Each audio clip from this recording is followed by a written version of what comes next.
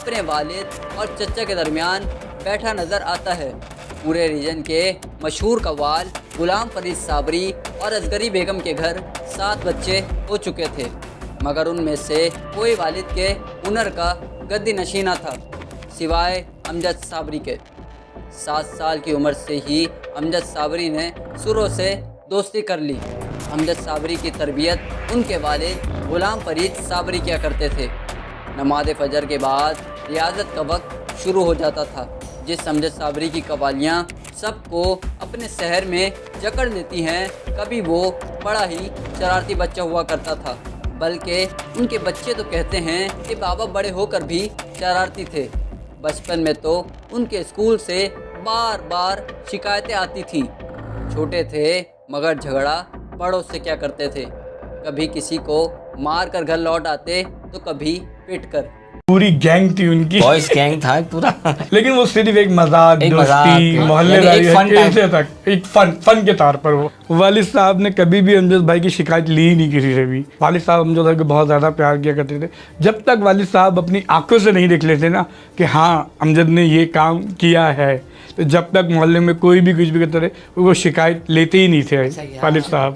یہ سب اپنی جگہ، لیکن والدین کی سختی نے امجد صابری کو پڑھائی جاری رکھنے پر مجبور ضرور کر رکھا تھا، اور ان کی منزل تھی امجد صابری کو چارٹرڈ اکاؤنٹنٹ بنانا، مگر پھر دنیا ہی بدل گئی۔ چارٹرڈ اکاؤنٹنٹ بنتے بنتے رہ گئے۔ کیسے؟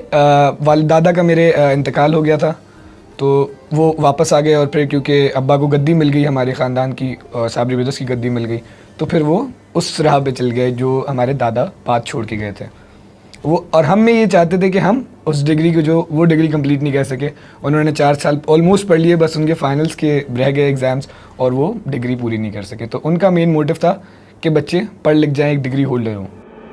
اب چچا مقبول صابری نے ان کی تربیت شروع کر دی تھی۔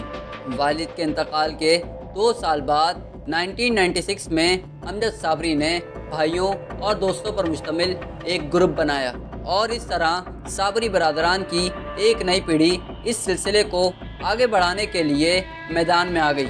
بس پھر کیا، لوگوں کو امجد صابری کی آواز میں غلام فرید صابری نظر آ رہے تھے، اور پھر اگلے ہی سال 1997 میں انہوں نے اپنے والد اور چچا کے پڑھے ہوئے کلام سر لامکان سے طلب ہوئی کا ریمیک بنایا۔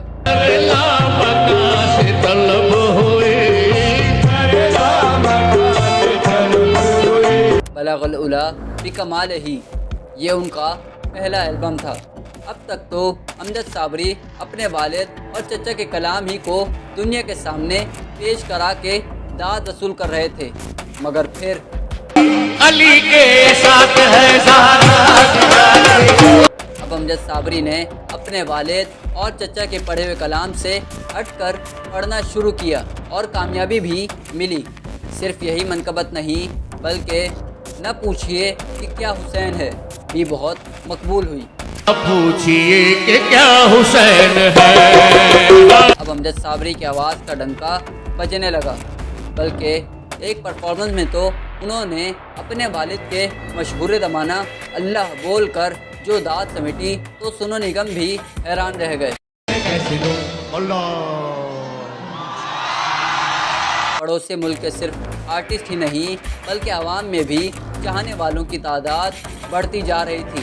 بلکہ بھارت کا ہی ایک واقعہ یاد آ گیا، جب امجد صابری کو ڈاکوؤں نے گھیر لیا۔ ہوا کچھ یوں کہ بھارتی ریاست اتر پردیش کے شہر للت پور میں امجد صابری پرفارم کر رہے تھے۔ فرمائشیں بڑھتی جا رہی تھیں، اور صابری کے کلام کا سحر لوگوں کو جکڑ رہا تھا، اور اسی میں صبح سے رات ہو گئی۔ خیال آیا کہ فلائٹ پکڑنے دہلی بھی تو پہنچنا ہے۔ للت پور والوں سے رخصتی کی درخواست کی، مگر وہاں کے معزز لوگوں نے سمجھایا کہ صابری صاحب رات کافی ہو چکی ہے، یہاں راستے میں ڈاکو ہوتے ہیں۔ مگر امجد صابری کہاں رکنے والے تھے، ضد کی اور نکل پڑے۔ لیکن للت پور والے خطرے کو بھانپ رہے تھے، اس لیے انہوں نے اپنا ڈرائیور اور 2 پولیس والے بھی قوال اور ہمنوا کے ساتھ شامل کر دیے۔ اب تاریخ سڑک پر صابری اور ان کے دوستوں سے بھری پوسٹر اکیلی ہی چلی جا رہی تھی۔ کہ اچانک ڈرائیور نے بریک لگایا اور پیچھے مڑ کر بتایا کہ یہاں ایک ڈھابا آیا ہے، چائے وغیرہ پی لی تھی۔ تمام ہی لوگ اتر گئے۔ ڈرائیور کاؤنٹر پر آرڈر کرنے گیا تو وہاں کیسٹ پر ہر دو جولی قوالی چلی جا رہی تھی۔ ڈرائیور نے مونچھوں کو تاؤ دیا اور کاؤنٹر پر بیٹھے شخص سے پوچھا، جانتے ہو یہ قوالی کس کی ہے؟ اس نے جواب دیا، ہاں، پاکستانی قوال ہے۔ ڈرائیور بولا، وہ قوال اس وقت میرے ساتھ یہاں موجود ہے۔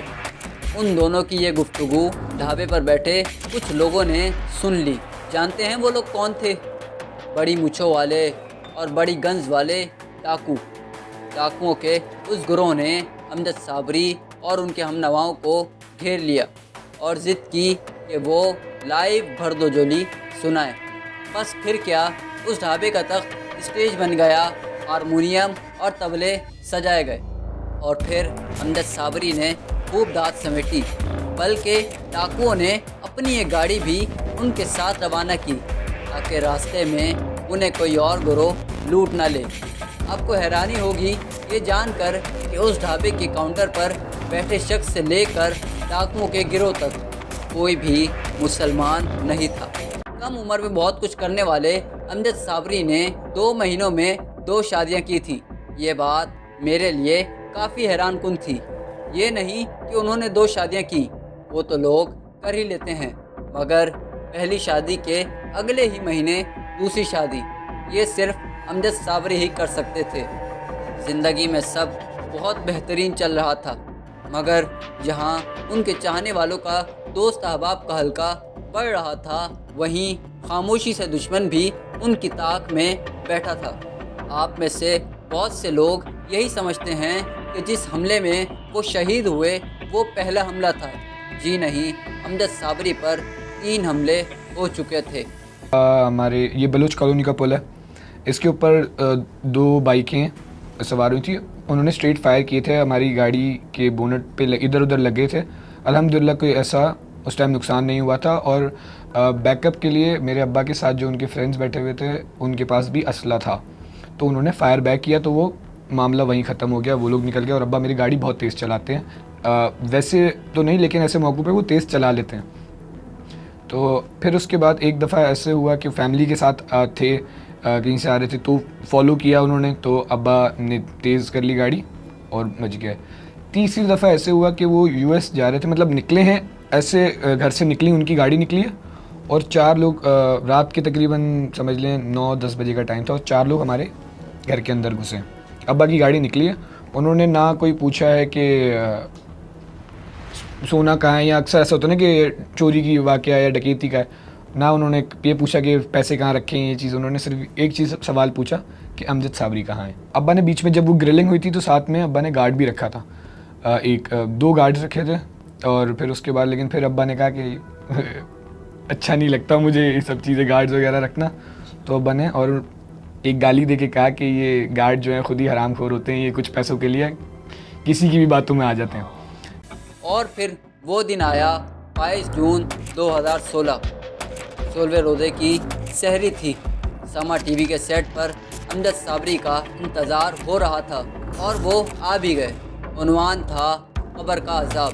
سید فصیح الدین سہروردی کلام پیش کرتے ہیں جو سن کر بیک اسٹیج پر بیٹھے امجد صابری سے رہا نہیں جاتا اور وہ مائک لگا کر سیٹ پر آ جاتے ہیں۔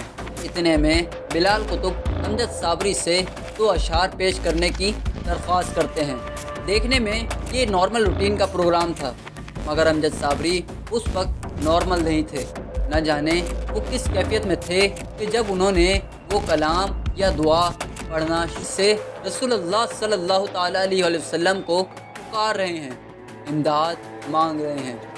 وہ بچوں کے سر پر ہاتھ پھیرتے ہیں، انہیں بڑے پیار سے چومتے ہیں، بیوی کو شفقت سے دیکھ کر گھر سے نکل جاتے ہیں۔